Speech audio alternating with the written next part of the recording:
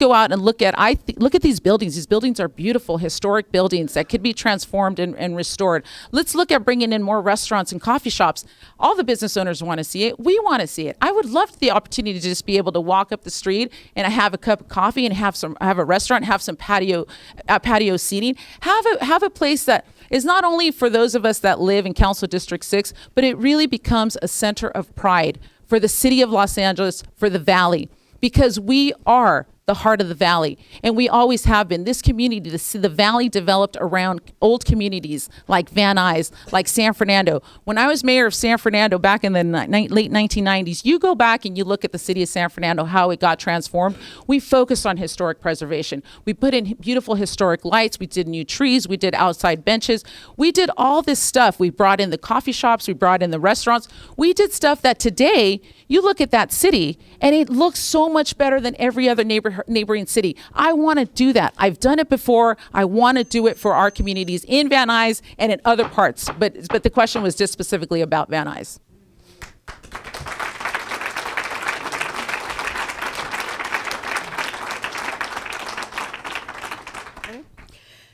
I really believe we need to start with code enforcement, especially along the Van Nuys corridor. You know, too many times we see a lot of business owners that aren't necessarily adhering to our code laws here in the city. Signage issue, people selling stuff out on the sidewalk, which obstructs the public right-of-way, is a big issue. We have a lot of property owners who are absentee landlords, and so I'm not really sure they know even who they're actually leasing property to. That's a big issue. Code enforcement has to be one of the top priorities if you want to revitalize this area. It is not acceptable for Van Nuys to, when I came into office, almost have 40-something marijuana dispensaries along the Van Nuys corridor. We have worked with the city attorney's office and LAPD. We've now closed more than half of those dispensaries and making sure they're property compliant, ensuring that the Department of Finance, through my motion last year, making sure that the Department of Finance stop issuing this business tax, the BTRCs, registration certificates, to some of these illegal shops. That is not what is conducive of Van Nuys. We should not have an overwhelming amount of illegal dispensaries as opposed to other communities in other areas. You know, we were very fortunate that working with the mayor's office, Van Nuys Boulevard got designated as one of the Great Streets initiative, and we need to fund that, and we need to make sure that that we are working together so that we can develop the vision for this corridor and get it to where it used to be. It used to be a treasure of the San Fernando Valley. People don't have a reason to come and shop on Van Nuys Boulevard because all you need to go is go see what people are selling. It's nothing that you necessarily want to pick up on your way home. So I really think it has to do with code enforcement and making sure that people are adhering to our building codes, and that we are making folks responsible in terms of making sure that we don't lure those dispensaries and that type of business. That's not what's good for this community. Thank you.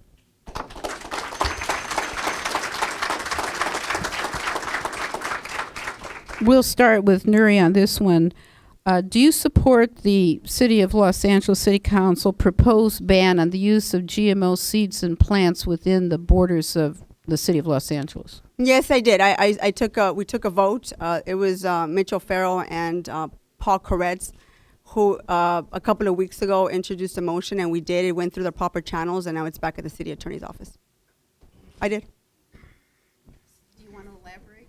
No, I mean, I took a position on GMO and the seeds in terms of making sure that people understand the chemicals that are being put into our food every day. I did a lot of work on some of the stuff with the food policy groups, both at LAUSD and in the city of Los Angeles. And I think people are starting to become more aware of what they're putting in their bodies, particularly as they're raising children. And so the city wants to take a position on that and make sure that we banned GMO seeds being introduced into our food chain through So did this go to a final vote with the full city council? It should, but I don't know when it's scheduled to. Though. So it is scheduled. Okay, I just don't know when it's coming. And you will support it? Correct. All right, very good. Thank you. Cindy? Yes, and I have, been working with some residents, organizers that live. Actually, one of the biggest organizers lives in our community here in Lake Balboa, and have had meetings, discussed the issue.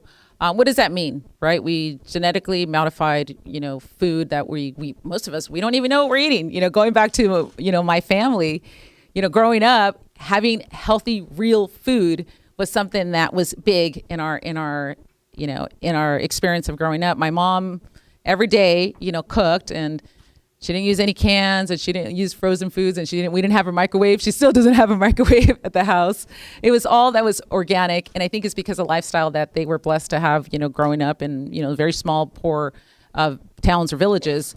But so we have to do more and encourage community gardens. Those of you here, I know there's several of you here from, that I know that have spaces at community gardens or have beautiful like backyards with so much, vegetables and fruit trees and everything that are planted. And, the idea that goes beyond that too is healthier living. What I do now is one of the things that I do is I work for the Center for Public Health Advocacy, a nonprofit where we promote public health. And with public health, a big part of it is healthier eating, healthier food options. So we look at things like what are people eating? And that includes not only GMOs, so absolutely support it, but I also think, again, we have to be much more comprehensive with everything that we do. One thing, for example, that we have tried to do is push initiatives at the local level. When you go to the local gas station or you go to the local, corner market, usually when you go out, what do you see? You see Cokes and candy bars at the end. So our initiative has been like, well, let's transform that. Let's put bananas and apples in water. Let's start little by little transforming what we eat and how we sell foods and other things in our community. So I will be actually very involved in this issue that goes beyond just the GMO issue, but really having healthier communities.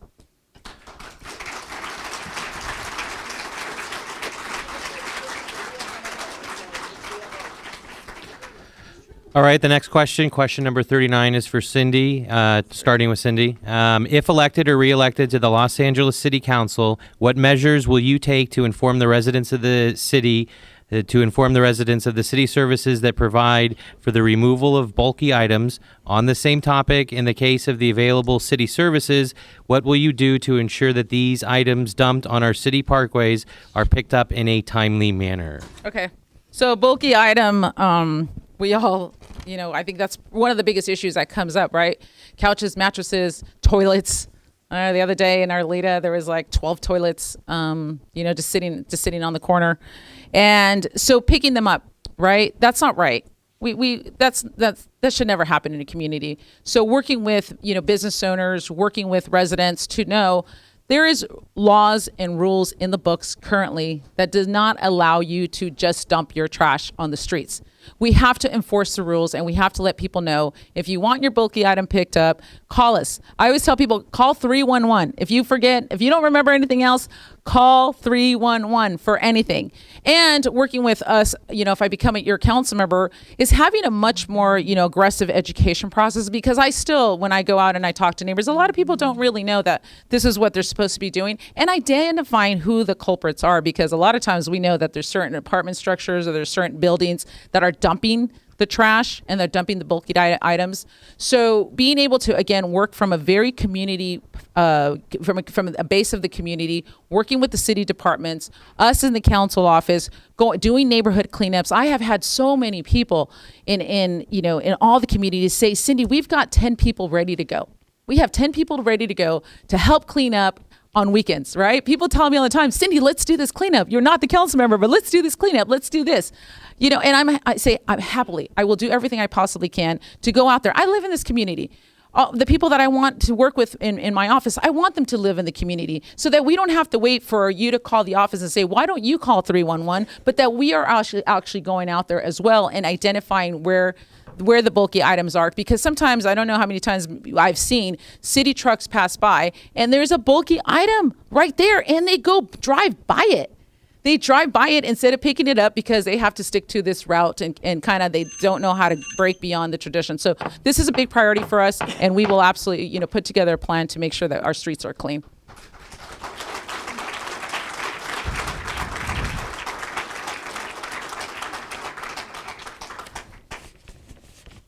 So in my office, we have something called the Constituent Services at Your Door program, which is basically a program out of my office to ensure that each field deputy from each community gets to walk the district at least once a week to not only educate, but inform residents on the 311 app and ensuring that they know how to access 311 and ensure that they also have access to our strike team, which is this guy Nuys that works for me. And 8 hours a day, all he does is pick up bulky items with a flatbed truck.